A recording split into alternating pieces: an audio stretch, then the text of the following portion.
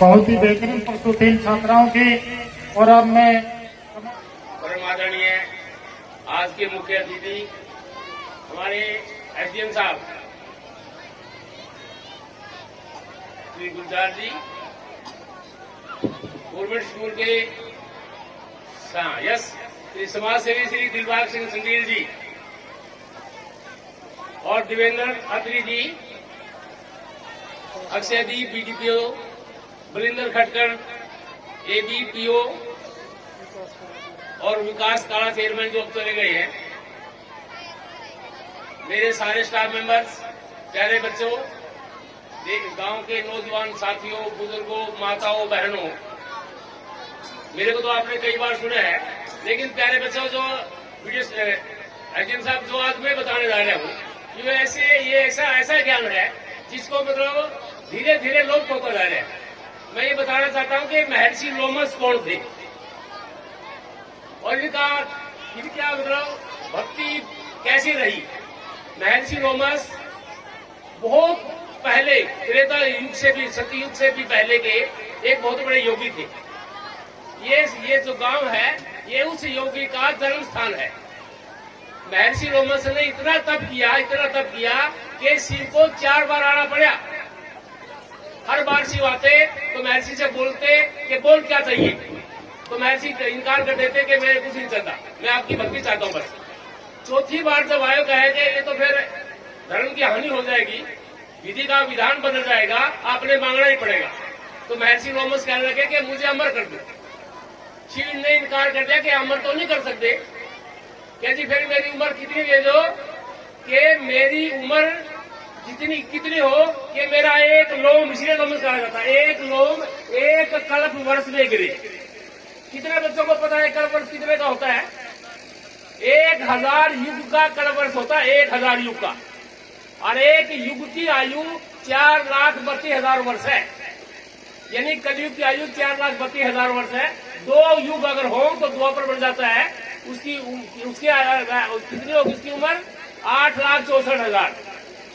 और त्रेता में 3 युग आते हैं, तो 4,32,000 को 3 से गुणा कर लो, यानी 12,96,000 वर्ष। और सतयुग का मतलब 4 से गुणा करो, 4 युग होते हैं सतयुग में, 17 लाख कुछ 28,000 वर्ष बनते हैं। इन सारा का जोड़ अगर करें, यानी ये 10 युग बनते हैं। 1000 कल्प वर्ष में उसका एक लोम गिरेगा, तो लोमस की उम्र लगाओ, शरीर में कितने लोम होते हैं।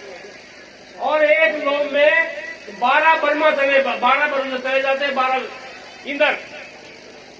तो इतनी आयु होने के बाद मतलब उसके बाद महर्षि लोमस ने उसकी शिव की भक्ति के कारण सर यहाँ पर सोमवती अमावस का मेला भी लगता है, क्योंकि शिव जितनी बार आए थे उसी अमावस को यहाँ पर मेला लगता है, सोमवती अमावस का। दूर दूर के गांव के लोग आते हैं, यहाँ पर मेले में भाग लेते हैं और पूजा अर्चना करते हैं। और जितनी इतना है सर, यहाँ पर जो जमीन इस योगी की मान्यता कितनी है कि 1000 बीघे में बड़ था कभी यहाँ पर, उस जमीन का एक भी टुकड़ा नहीं कोई ले सकता।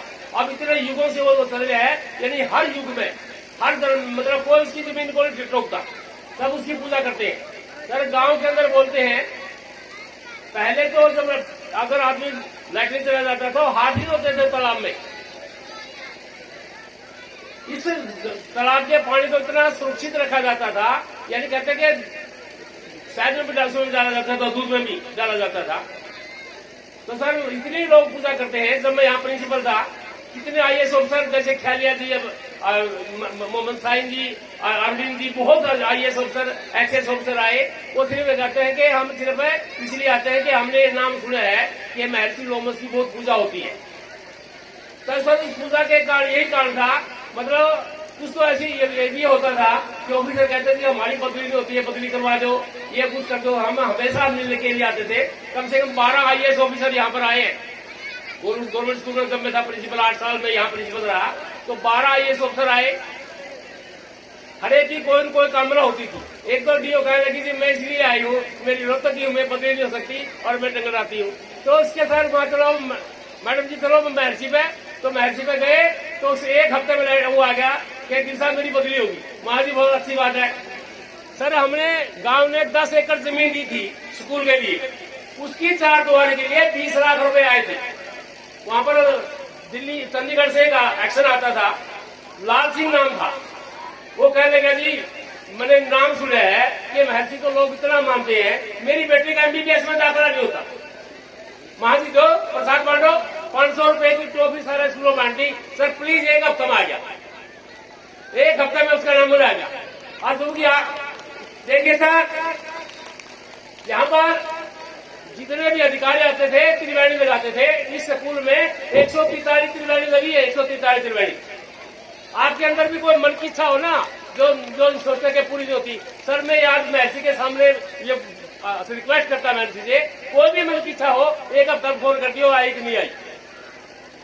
तो सर इन बच्चों को भी देखिए सर, इन बच्चों को भी ये बातें बताना इसलिए जरूर था कि महर्षि कौन था। सर ये जमीन इतनी पावन है, यहाँ से कसूर गांव है, यहाँ पर काग भुसुंडी जो महर्षि रोमस का मौसी का लड़का था, वो काग भुसुंडी ऋषि। उसके बाद ये देखो महर्षि रोमस का गांव। और मटोर कितनी दूर है यहाँ से, थोड़ी दूर पड़ता है मारकंडे ऋषि। और उसे थोड़ी सी दूर पर किलाया था कपिल मुनि सतयुग से है। उसके पास ही सांगड़ गांव में सरंगी ऋषि, तो सारा गांव में चमन ऋषि। यानी संतों की जमीन है, ये संतों की धरती है। अगर हम पूरी श्रद्धा से करें, अगर पूरी श्रद्धा अपनाए तो हम भी तरक्की कर सकते हैं। तो बच्चों ध्यान रहे, आप देखो इस पावन धरती पे पहले तो गांव के लोग जूल खोदते थे, कोई चीज कबूलते थे कि महर्षि हम तालाब की खुदाई में जूल खोद देंगे, हमारी इच्छा पूरी करो। जो बच्चा कुछ चाहता है इस त्रिवेणी लगाए, आपकी हर मनोकामना पूरी होगी। तो चाहते हैं मैं जीवन में कुछ पढ़ना चाहता हूँ।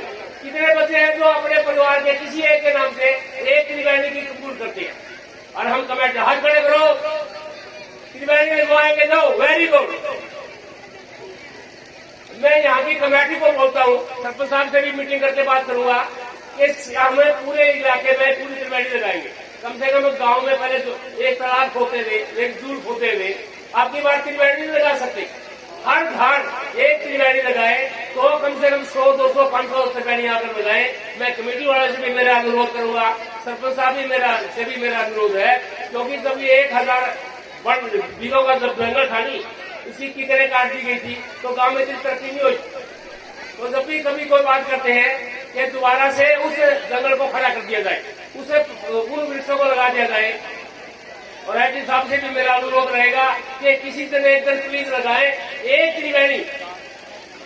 त्रिवेणी स्कूल में या संस्था में लगवा के जाएंगे।